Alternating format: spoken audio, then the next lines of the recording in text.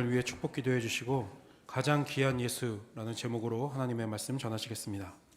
하나님 아버지, 복된 주일 허락하시고 주님을 예배하게 하시니 감사합니다.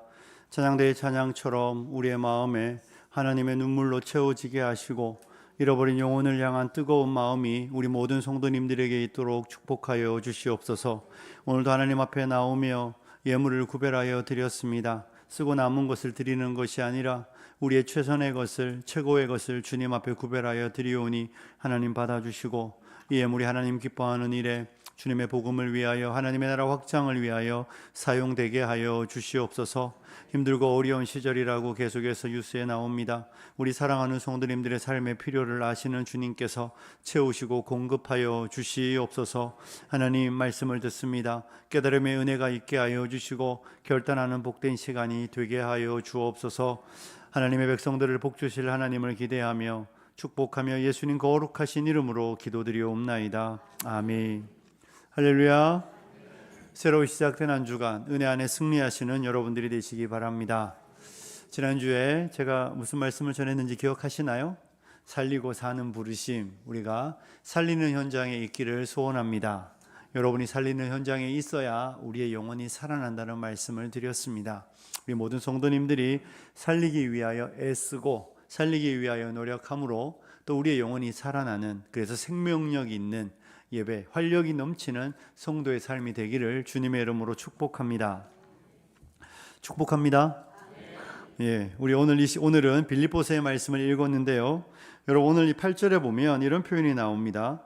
또한 모든 것을 해로 여김은 내 주 그리스도 예수를 아는 지식이 가장 고상하기 때문이다. 여러분이 고상하다는 표현이 조금 오해를 할 수 있죠. 왜냐하면 고상하다는 건 누구를 보고 하는 이야기입니까? 사람의 인품이나 성품이나 이런 거 보고 하는 거. 옆에 사람 어떻게 좀 고상하신가요? 예, 옆에 있는 분이 상당히 고상하시리라고 생각합니다. 그래서 고상하다는 말은 반대말로 하면 뭐 저속하다, 천박하다. 뭐 이렇게 천박하게 노냐? 이렇게 노는 게 이렇게 저속하냐? 근데 반대로 고상하다는 표현은 그의 어떤 품격이 있어 보이고 상당히 괜찮은 상태를 말하는 경우들이 있는데, 오늘 이 본문은 사실 예수 그리스도 아는 지식이 고상하다는 표현은 그런 의미 쪽보다는 이런 의미예요. 이 단어의 의미는 이제 헬라어 제가 잘 안 하는데 휘펠레콘이라는 단어인데, 휘페르는 가장 높은 최고의 것을 가졌다, 이렇게 연결되는 동사입니다. 그러니까 최고의 것을 가졌다. 무슨 이야기입니까? 더 귀한 건 없다. 더 높은 건 없다. 내가 가진 것 중에 가장 귀한 건 예수 그리스도를 아는 지식이 가장 귀하다. 예수 그리스도를 아는 지식이 가장 가치 있다. 이렇게 이제 바울이 표현하고 있는 것이죠. 우리말로는 고상하다 이러면 조금 오해의 소지가 있다는 말씀을 드립니다. 여러분, 바울은 그리스도 예수를 아는 지식이 가장 귀하고 가치 있기 때문에 내가 이전에 가치 있다고 생각했던 것들을 다 버리고 해로 여긴다, 이렇게 생각하고 있습니다. 본문에 보면 이렇게 나오잖아요. 7절에 보면 그러나 무엇이든지 내게 유익하던 것을 내가 그리스도를 위하여 다 해로 여길 뿐더러 또한 모든 것을 해로 여김은, 이렇게 말하고 있습니다. 그러니까 다 해롭다는 거예요. 이전에는 이롭다고 생각했습니다. 이롭다는 말이 내게 유익하다고 생각했던 것이죠. 예전에는 나의 집안과 나의 혈통과 내가 얻은 이 세상에서의 것들이 다 나를 이롭게 하고 나에게 유익이 된다고 생각했었습니다. 그런데 이제 바울이 하는 이야기는 뭐예요? 그렇게 이롭게 생각하고 유익하다고 생각했던 모든 것들이 이제 해롭다, 도움이 되지 않는다, 유익이 되지 않는다, 이렇게 말하면서 바울은 8절 마지막에 가면 이렇게 말하고 있습니다. 내가 그리를 위하여 모든 것을 잃어버리고 배설물로 여긴다. 그래서 그리스도 예수가 가장 가치 있기 때문에 이제는 이전에 이롭다고 생각했던 것, 이전에 유익하다고 생각했던 것, 이전에 가치 있다고 생각했던 모든 것들을 잃어버린다, 버려버린다는 개념이죠. 난 다 버린다. 이제 그거에 내 마음 두지 않는다. 예전에는 내가 어디에서 배웠는지, 내 집안이 무엇인지, 내가 사람들이 보기에 율법의 기준으로 의로워하는 그 모든 것들을 가치 있다고 생각해서 그것을 얻으려고, 그것을 위하여 내 삶을 드리며 살았는데, 이제 그것이 나에게 하나도 유익하지 않고 이익이 되지 않기 때문에 다 해로 여기고, 이제 뭐로 여긴다고요? 마지막에 배설물로 여긴다. 여러분, 배설물을 귀하게 여기시는 분은 없잖아요, 그죠? 다 버리고 냄새 난다고 싫어하는 그것, 이전에 그 귀했던 것들이, 이전에 그렇게 가치 있었던 것들이 이제는 이전에 내 삶의 목적이었으며 내 삶의 전부였던 것들을 나는 이제는 가치 없게 여기고 이롭다고 생각하지 않기 때문에 버리고 배설물로 여기며, 이렇게 바울은 이야기하고 있습니다. 바울의 표현은 우리에게 이런 본문과 우리가 이 본문을 이해하기 위해서 이 비유와 많이 연관되어 있으리라고 생각합니다. 여러분, 마태복음 13장에는 무슨 비유가 나오죠? 천국 비유가 나옵니다. 다 아시는데 대답을 안 하시리라고 알고 천국 비유가 나오는데 예수님이 그 중에 이런 비유를 말씀하십니다. 44절과 45절과 46절을 함께 읽어볼까요? 같이 읽습니다. 시작.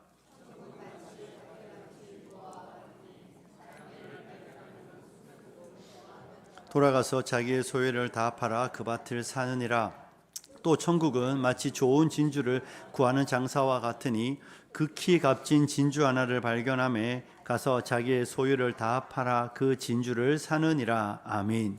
예수님께서 천국 비유를 말씀하시면서 천국은 이와 같다라고 말씀하시며, 천국은 밭에 감추인 보화와 같아서, 여러분, 어떤 사람이 밭에 감추어진 보화를 발견하는 것이죠. 예전에는 지금 우리야 귀한 거 금고에 넣으시는 분들도 있겠지만 은행에 많이 놔두잖아요, 그죠? 근데 옛날에는 은행이라는 제도가 없으니까 금은 보화들을, 전쟁도 날 수 있고 하니까 사람들이 여기저기 묻어 놓았죠. 제 어릴 때 저희 어머니는 장판 밑에 많이 두셨던 것 같아요. 그래서 이 장판을 들치면 돈이 있어서 한 번씩 이렇게 싹 제가 했던 기억이 있습니다. 별로 착했던 사람은 아니었던 것 같아요. 그 귀한 거 어떤 사람이 밭에다 묻어 놓았던 것이죠. 그런데 세월이 지나갔는데 이 묻었던 사람이 죽었는지 어떻게 되었는지 이제 주인도 없는 보화가 되었습니다. 그런데 하루는 어떤 사람이 그 밭에 가서 일을 하게 된 것이죠. 일하러 갔는데 밭을 열심히 갈다 보니까 거기에 뭐가 발견되는 거예요. 그리고 그 보화가 어마어마한 거죠. 그러니 이 사람이 그것을 발견하고, 와, 이것만 가지면 내 평생 잘 살겠다 싶어서 다시 묻어두고, 이 사람이 뭐 하는 거예요? 빨리 집으로 와서 자기가 갖고 있는 모든 것, 그 밭을 사기 위하여 자기가 소유한 모든 것을 다 파는 겁니다. 우리로 말하면 은행에 가서 대출을 알아보겠죠. 열심히 알아보고 그 밭을 사는 것입니다. 그 밭을 사면서 성경은 이렇게 기뻐하며 돌아가서, 여러분, 그 사람이 그 밭을 사기 위하여 노력하는 거, 그 밭의 가치는 사람들은 모르니까 사람들은 그 밭을 보고, 아니 그 밭을 왜 그 돈을 주고 사? 이렇게 말했을지도 몰라요. 그런데 그 사람은 그 밭을 사는 동안, 그 밭을 사기 위하여 애쓰는 동안 한 번도 우울하지 않습니다. 한 번도 슬프지 않습니다. 내가 이전에 귀하게 여겼던 것을 내다 팔면서 아깝다고 생각하지 않는 거예요. 그 밭에 보화가 있다는 것을 알기 때문에 기뻐하며 즐거워하며 막 춤추며 그 밭을 샀다라고 성경은 말하고 있습니다. 그러면서 다른 한 비유는 이런 거잖아요. 진주 상인의 이야기입니다. 우리는 오늘날 진주 잘 모르지만 어쨌든 옛날에는 아주 귀한 보석이었으니까 어떤 진주를 구하는 상인이 온 세계를 다니며 가치 있다는 많은 진주를 집에 사 모았습니다. 볼 때마다 뿌듯하고 볼 때마다 흐뭇했겠죠. 와, 이거는 이 정도의 가치가 있고 이거는 이 정도의 가치가 있고, 그걸 볼 때마다 기쁘고 즐거웠는데, 그러나 어느 날 우연히 정말 평생 동안 한 번도 보지 못했던 지극히 귀한 진주를 발견한 것입니다. 그리고 나자 이제 그 다음부터는 집에 있는 게 눈에 차지 않는 거예요. 이거는 쓰레기야, 쓰레기. 그러면서 저 진주를 사야 되겠다는 일념 하나로 이전에 내가 모았던, 이전에 내가 가치 있다고 말했던 그 모든 진주를 싹 모아서 그의 모든 소유를 다, 지금까지 모았던 모든 것들을 팔아서 그 진주를 샀다. 성경이 이렇게 말하고 있는 것이죠. 여러분, 왜 진주를 사기 위하여 이전에 모았던 모든 것을 팔고 그 밭을 사기 위하여 그 모든 것들을 팔면서도 아까워하지 않고 기뻐하며 그렇게 행동할까요? 바울은 이전에 그를 지탱해 주었던 그의 신분, 그를 밀어주었던 그가 누리는 부요함들, 그가 가졌던 그 모든 것들을 왜 다 해로 여기고 배설물로 여긴다고 말하며 그리스도 예수를 얻는 것을 가장 귀하게 여긴다고 말하겠습니까? 이유는 하나입니다. 그리스도에 대한 가치를 바울은 깨달아 알았기 때문입니다. 그 밭에 감추어져 있는 보화의 가치를 알아보았기 때문에 이 사람은 그 볼품 없는 밭을 사면서도 아까워하지 않고 그의 모든 것을 내다 팔아 그 밭을 사는 것입니다. 그 진주의 가치를 알기 때문에 이전에 보고 기뻐하고 즐거워했던 모든 진주를 아무것도 아닌 것처럼 여기고 자기의 모든 소유를 팔아 그 진주를 사고, 그 진주를 사며 후회하거나 아까워하지 않고 기쁨으로 즐거움으로 그 진주를 사는 것입니다. 이것이 가치를 알기 때문에 할 수 있는 일들입니다. 여러분, 어쩌면 주일에 우리가 예배당에 나오는 이유는 이 예배의 가치를 알기 때문인 줄로 믿습니다. 이 예배의 가치를 알지 못하면 이 예배당에 오는 일들보다 힘들고 어려운 일고 고역스러운 일은 없습니다. 바울은 그리스도 예수의 가치를 알았기 때문에 이제는 더 이상 자신의 영달과 자기의 안위를 위하여, 자신의 삶에 무엇을 누리기 위하여, 더 높아지기 위하여, 더 명예를 얻기 위하여, 더 나은 삶을 위하여 살아가지 않고 그것을 다 버리고 그리스도 예수를 얻는 것으로, 그리스도 예수 안에서 발견되는 것을 위하여 그의 모든 것을 버린다. 이렇게 우리에게 가르쳐주고 있습니다. 사랑하는 성도 여러분, 가치를 알아야 합니다. 여러분, 가치를 몰랐던 한 사람의 이야기가 성경에 나오지 않습니까? 마태복음과 마가복음과 누가복음에 이 이야기가 나오고 있습니다. 이건 사실의 이야기였죠. 어떤 한 부자 청년이 예수님께 찾아와서 물었습니다. 질문의 요지가 뭐였는지 아십니까? 예수님, 어떻게 해야 영생을 얻겠습니까? 엄청난 질문 아닙니까? 여러분, 예수님께 찾아와 이런 요구를 했던 사람도 있습니다. 예수님, 내 형이 부모의 상속을 다 물려받는데 내 형을 명해서 좀 상속 좀 나누어 주게 하시면 어떨까요? 이렇게 말하는 사람도 있었는데, 이 부자 청년은 예수님께 와서 예수님, 어떻게 하면 영생을 얻습니까? 질문했습니다. 그때 예수님께서 율법의 몇 가지를 이야기하시며 율법을 지켜라 이렇게 말씀하셨죠. 그때 부자 청년이 예수님, 내가 어려서부터 다 지켰습니다. 예수님이 네가 한 가지 부족한 것이 있는데 네가 가진 모든 것을 다 팔아 가난한 사람들에게 나누어 주고 나를 쫓아오라 이렇게 말씀하셨습니다. 나를 쫓아오면 네가 나를 통하여 영생을 얻는다 이런 표현이잖아요. 하지만 그 부자 청년은 도무지 그 예수님의 말씀에 순종할 수가 없었습니다. 왜냐하면 예수 그리스도의 가치에 대한 확신이 없는 거예요. 영생은 얻고 싶은데 예수 그리스도를 따르는 것이 내가 지금까지 모아놓으며 내 삶을 보장해주는 이 모든 돈보다 정말 가치가 있는 것인가에 대한 확신이 없었습니다.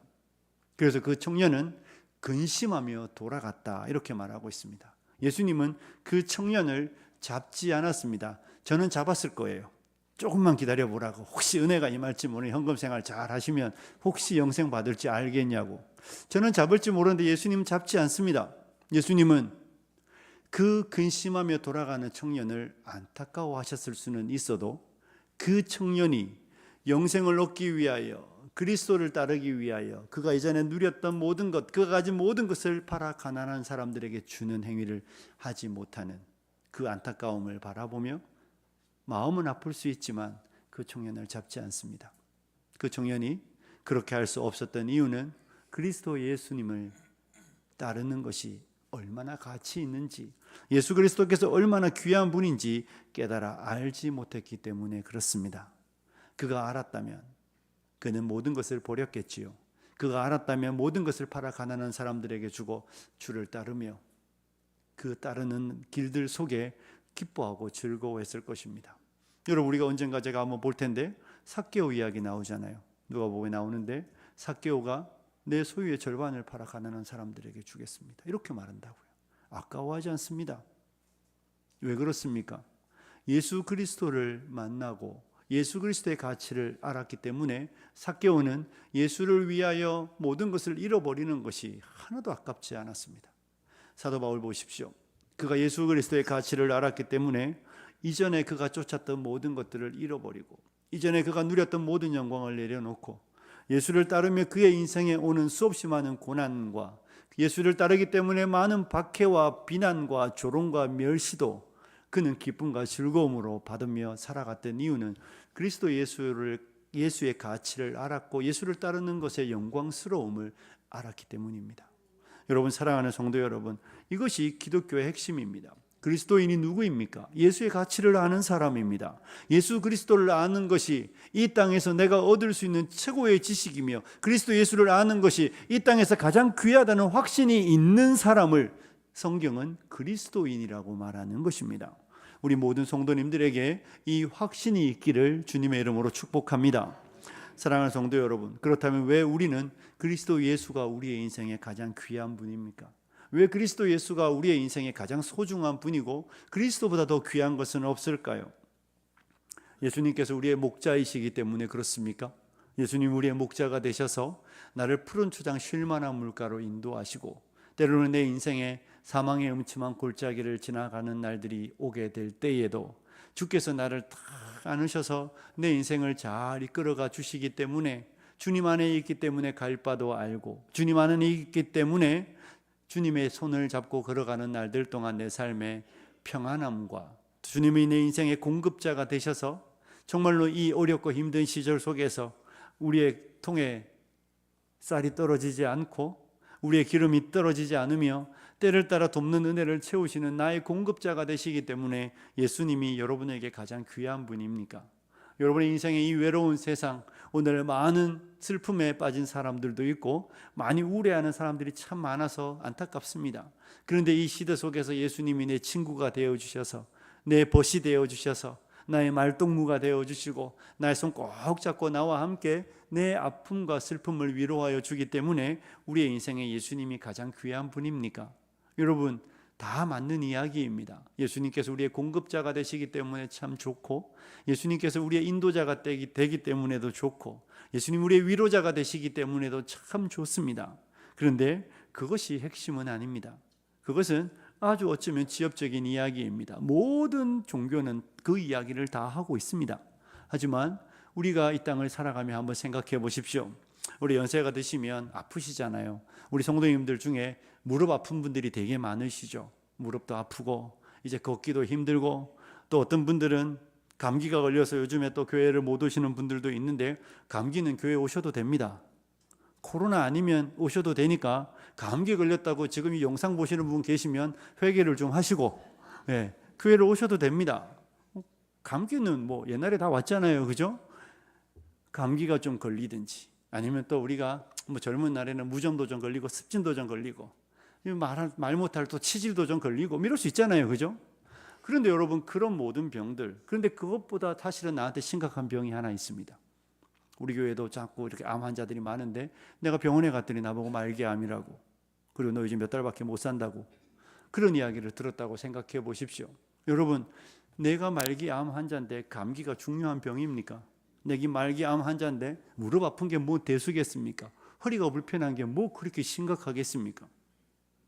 그 모든 병들은 내가 걸려있는 이 암이 해결되지 않으면 해결되어도 해결된 게 아니에요. 아무것도 아니에요. 암이 해결된다면 무릎 아픈 거 참지 않으시겠어요? 암이 해결된다면 허리 불편한 거 뭐 그거 별거 아니잖아요. 암의 문제가 해결된다면 엉덩이 좀 아프면 그만이죠. 불편하면 그만이에요. 근데 암의 문제가 해결되지 않으면 무릎이 나오면 뭐합니까? 허리가 나오면 뭐 하실 거예요? 감기가 나오면 무엇 하실 겁니까? 아무것도 아닙니다. 여러분 제가 이 이야기를 왜 하겠습니까? 예수님이 우리를 인도하시든 예수님이 우리의 친구가 되시든 우리의 공급자가 되시는 그 모든 이야기들은 기독교 신앙의 핵심은 아니라는 것입니다. 기독교 신앙의 핵심은 무엇입니까? 사람이 의로워져야 되는 것입니다. 사람이 하나님 앞에 의로운 자가 되었는가 그렇지 않은가가 기독교 신앙에서 제일 중요한 핵심입니다. 사도 바울이 그리스도 예수를 얻기 위하여 그 안에서 발견되기 위하여 모든 것을 배설물로 여기는 이유는 여기 9절에 보면 이런 표현이 나오고 있습니다. 그 안에서 발견되려 함이니 내가 가진 의는 율법에서 난 것이 아니요 오직 그리스도를 믿음으로 말미암은 것이니 곧 믿음으로 하나님께로부터 난 의이다. 의가 두 번이나 나오잖아요. 나는 의로워졌다. 이것이 내가 그리스도를 얻고 그 안에 발견되며 그리스도가 내 인생의 가장 중요한 가치인 이유라는 것입니다. 사랑하는 성도 여러분, 인간은 이 땅의 주인이 아닙니다. 사람은 이 땅에서 마음대로 무엇을 할 수 있는 그런 존재가 아닙니다. 주인인 것처럼 오늘날 사람들은 내가 마치 재판관인 것처럼 성경도 판단하고 하나님도 판단하고 하나님도 재단하고 하나님에 대해서 이러쿵저러쿵 많은 이야기를 하지만 사람은 판관이 아니라 재판장이 아니라 재판을 받아야 하는 존재입니다. 그렇죠. 변하지 않는 진리입니다. 사람은 하나님의 재판을 받아야 되는 사람입니다. 그런데 하나님이 인간을 재판하시고 인간을 판단하실 때 하나님이 요구하시는 조건은 딱 하나입니다. 네가 의로우냐? 이렇게 물으시는 것이죠. 네가 의로운 자가 되었느냐? 하나님은 우리가 무엇을 가졌는지 묻지 않습니다. 네가 바울처럼 많은 학문을 가졌는지, 네가 바울처럼 정말로 유대인인지, 네가 혈통이 어떤지 이런 거 하나도 안 물으시는 거예요. 세상은 그것을 따라 사람의 가치를 판단하고 세상은 그것들을 따라 사람의 이렇게 마치 등급을 나누듯이 귀한 사람, 천한 사람 말하지만 하나님은 우리에게 한 가지를 물으시는 것입니다. 네가 의로우냐? 하나님이 물으시는 딱 한 가지 질문입니다. 내가 의롭다고 인정을 받을 수 있는가인 것입니다. 그런데 여러분 어떻습니까? 저와 여러분 안에 예수께서 말씀하시는 것처럼 하늘 아버지의 온전하신 것 같이 너희는 온전하라 말씀하셨는데 우리 안에 온전하신 분이 있습니까? 우리 안에 하나님의 눈 앞에서, 불꽃 같은 하나님의 눈동자 앞에서 온전하게 드러날 수 있는 사람이 있습니까? 하나님이 보시기에 흠 없는 사람, 하나님이 보시기에 점 없는 사람, 하나님이 보시기에 율법에 어느 하나도 어기지 않고 완벽하게 지켜낸 사람이 있습니까? 하늘 아래, 땅 아래 태어난 모든 인류 중에 그런 사람은 없습니다. 도리어 성경은 우리에게 이렇게 선언하고 있습니다. 모든 사람이 죄를 범하였음에 하나님의 영광에 이르지 못하더니 의인은 없나니 하나도 없다는 것이 성경의 선포입니다. 성경은 사람을 향하여 선포하기를 의인은 없나니 단 한 사람도 없다. 모든 사람은 죄를 범하였고 모든 사람은 하나님의 영광 앞에 설 수 없다. 이렇게 성경은 선언하고 있는 것입니다. 사랑하는 성도 여러분, 하나님이 요구하시는 의를 만족시켜 줄 수 있는 사람은 한 사람도 없습니다. 사람들은 하나님 앞에 선다는 것을 인식하지 않으려고 합니다. 사람들은 하나님 앞에 서야 한다는 것을 생각하지 않으려고 합니다. 그래서 마치 죄를 범한 사람이, 세상에는 공소시효라는 게 있잖아요. 요즘 없어지기도 한 게 있는 것 같은데요. 그 공소시효만 지나면 나는 아무 문제 없이 도망 다니면 때가 되면 내 죄가 해결될 수 있다고 생각하여 도망 다니는 도망자처럼 이 땅을 살아가는데, 여러분, 사람은 반드시 하나님의 심판대 앞에 서게 되어 있습니다. 믿으시죠? 성경이 이렇게 말하잖아요. 한 번 죽는 것은 사람에게 정하신 것이요 그 후에는 심판이 있다. 모든 사람은 그 하나님의 의로운 재판대 앞에 서서 우리의 선악간에 행한 대로 판단을 받게 되어 있다는 것입니다. 누구 하나 예외 없이 모든 인류는 하나님 앞에 서야 합니다. 그런데 사람들은 피할 수 있을 것처럼 생각하고 사람들은 피했다고 생각하며 나무 그늘 아래 숨어 있는 아담과 같은 형국을 하고 있습니다. 아담이 선악과를 따먹고 동산에 거니시는 하나님의 음성이 들리자 나무 그늘 아래 숨었습니다. 사람들은 숨었다고 생각했습니다. 아담과 하와는 이제 숨었으니 때가 되면 하나님이 지나가리라고 생각했지만 하나님 무엇 하셨습니까? 아담아 내가 어디 있느냐? 하나님 부르셨습니다. 하나님은 아담을 부르시고 하나님은 아담을 찾으시며 하나님은 아담을 하나님의 그 거룩한 존전 앞에 세우셨습니다. 그리고 그의 문제가 무엇인지 질문하셨습니다. 아담은 피할 수 있으리라고 생각했지만, 아담은 이 위기만 넘어가면 되리라고 생각했지만 나무 그늘이 아담을 가리지는 못합니다. 나무 그늘이 아담의 방패가 되지 못합니다. 왜냐하면 하나님이 부르시면 모든 사람은 그 앞에 서야 하는 것입니다. 아담만이 아니라 모든 사람이 그렇습니다. 이 땅에 태어난 모든 인생은 반드시 하나님 앞에 서야 합니다. 그리고 선악간에 행한 대로 판단을 받게 되어 있습니다. 그런데 문제는 하나님 앞에서 의로운 인생이 없다는 것입니다. 세상에서도 죄를 하나 어기면 죄인인데, 여러분 하나님의 율법을 온전히 지키는 사람이 있습니까? 없습니다. 여러분 6절에 보면 이런 말씀이 나옵니다. 열심으로는 교회를 박해하고 율법의 의로는 흠이 없는 자였다. 우리 조상들이 전해준 율법의 그 교훈, 하지 말라는 거, 나는 그 하지 말라는 것에는 완벽하게 지켜서 율법으로는 내가 의롭다고 생각했던 사람이라는 것입니다. 내 스스로는 내가 율법을 지키고 있으니 나는 내가 상당히 괜찮은 사람이라고 확신했다는 것이죠. 그래서 바울은 예수 믿는 사람을 박해하고 바리새인들은 율법을 어기는 사람들을 정죄했습니다. 여러분, 스스로의 의의가 충만한 사람의 특징이 돌을 던지는 거예요. 스스로의 의의가 충만한 사람이 비난하고 비방하는 것입니다. 그래서 여러분이 누군가를 잘 비난하고 비방하면 내 스스로 의롭다고 생각하는 내 자아가 거기 있는 거예요. 그런데 여러분, 바울이 율법의 의로는 흠없다고 생각했는데 바울이 깨닫습니다. 내가 율법의 의로는 흠없을지 모르지만 우리 주님이 마태복음 5장과 6장과 7장의 산상수훈의 말씀을 해석해 주시며 우리 하나님이 주신 율법의 의미를 깨달아 알게 될 때에 바울이 깨달아 아는 것이 무엇입니까? 이사야 선지자처럼 화로다 나여 망하게 되었도다. 나는 입술이 부정한 사람이라는 진리를 깨닫는 것입니다. 하나님 앞에 서기 전에는, 하나님의 호출을 받기 전에는 그냥 내가 생각할 때는 나는 괜찮은 사람이라고 생각하고 나는 남다른 사람이라고 생각하고 그래도 나는 누구보다는 낫다고 생각하며 스스로가 의롭다고 생각했지만 하나님의 호출을 받고 하나님이 우리를 대면하여 서실 그때에는 불꽃 같은 눈동자로 인생을 바라보시는 하나님 앞에 서게 되니 바울이 깨닫는 것입니다. 내 안에 의로움이 하나도 없다는 것입니다. 하나님이 보시기에 내게 선함이 하나도 없다는 것입니다. 내가 좀 악한 게 아니에요. 내가 좀 나쁜 게 아니에요. 그래도 좀 나빠서 가능성이 있는 게 아니라 나는 전적으로 타락하였으며 전적으로 하나님의 의를 이루는 데 무능력한 존재라는 것을 깨달아 아는 것입니다. 이것이 인간의 비참입니다. 사랑하는 성도 여러분, 바울은 그래서 그리스도께로 나아가는 것입니다. 여러분, 우리 가운데에 하나님 앞에 서보지 않고 그리스도인이 되는 길은 없습니다. 하나님께서 우리를 부르시잖아요. 하나님 우리를 호출하신단 말이에요. 하나님이 사람을 부르시는 거예요. 하나님이 사람을 부르시고 그에게 하나님이 요구하는 그 기준이 무엇인지 나타내 보이십니다. 그러면서 우리가 어떤 인생인지 가르쳐 주십니다. 우리의 실상이 의로운 줄 알았는데, 우리의 실상이 괜찮은 줄 알았는데 하나님의 법을 어기며 하나님을 대적하며 하나님의 세상을 파괴하는 그런 타락하고 죄 짓는 인생이라는 것을 하나님은 보여주시는 것입니다.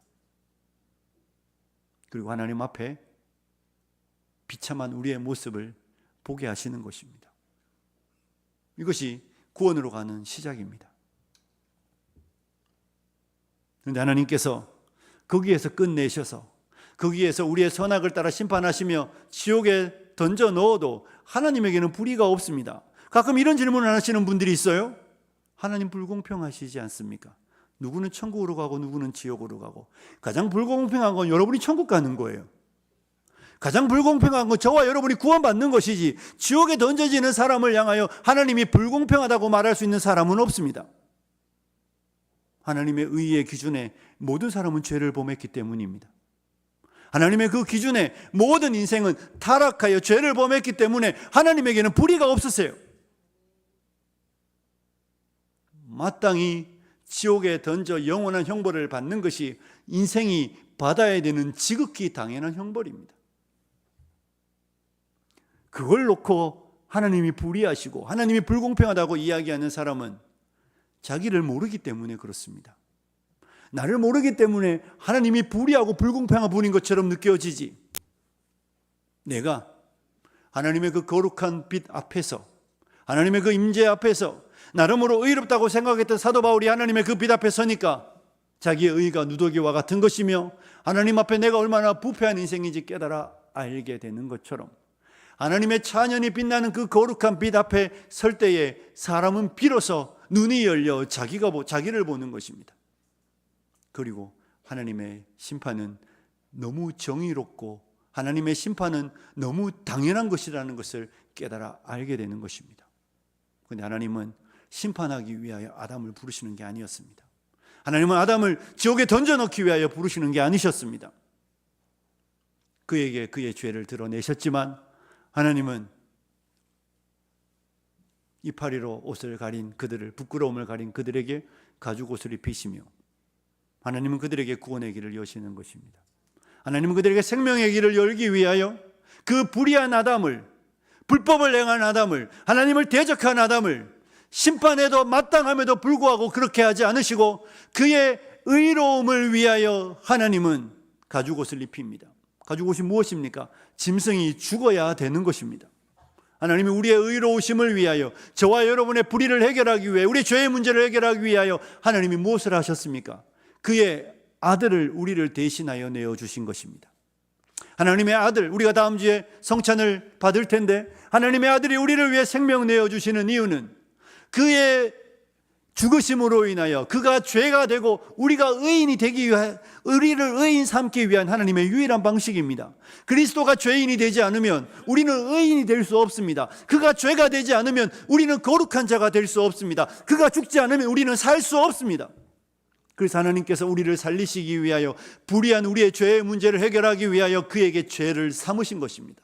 죄 없으신 분이 죄인이 되신 것이고, 죄 없으신 분이 죄를 지신 것이고, 우리를 의롭다고 하여 주셔서 저와 여러분을 구원하여 주신 것입니다. 이것이 기독교 신앙의 핵심입니다. 사랑하는 성도 여러분, 그래서 바울은 그리스도 예수를 얻는 것을 가장 귀하게 생각합니다. 그리스도 예수 안에 발견되는 것보다 소중한 것은 없는 것입니다. 하나님이 그리스도를 통하여 우리를 보시기 전에는, 우리가 그리스도 안에 있지 않으면 우리 가운데 누구도 의로운 자가 없는 것입니다. 우리가 예복을 입지 않고 예식장에 들어갈 수 없습니다.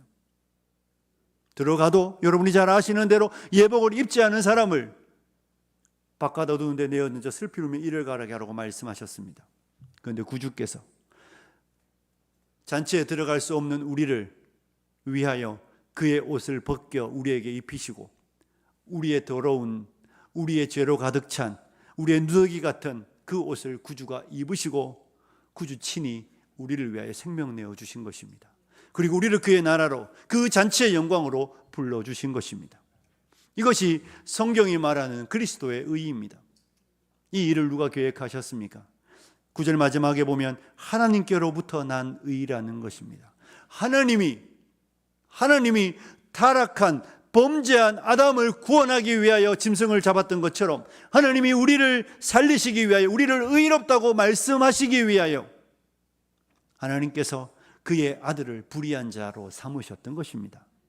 그의 아들이 죄가 될 때 비로소 우리가 의인이 되는 방식, 하나님이 열어놓으신 구원의 길입니다. 구원의 창시자는 하나님이십니다.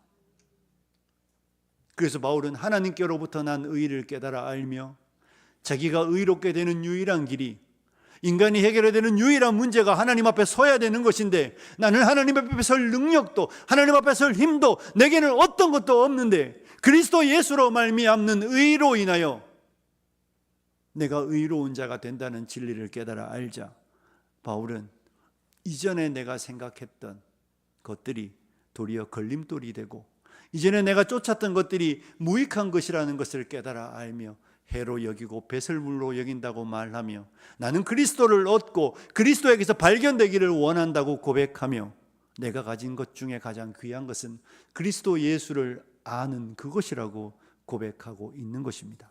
그래서 지금 바울은 감옥에 있습니다. 감옥에서 죽을 날을 받아놓았음에도 불구하고 기뻐하고 있습니다.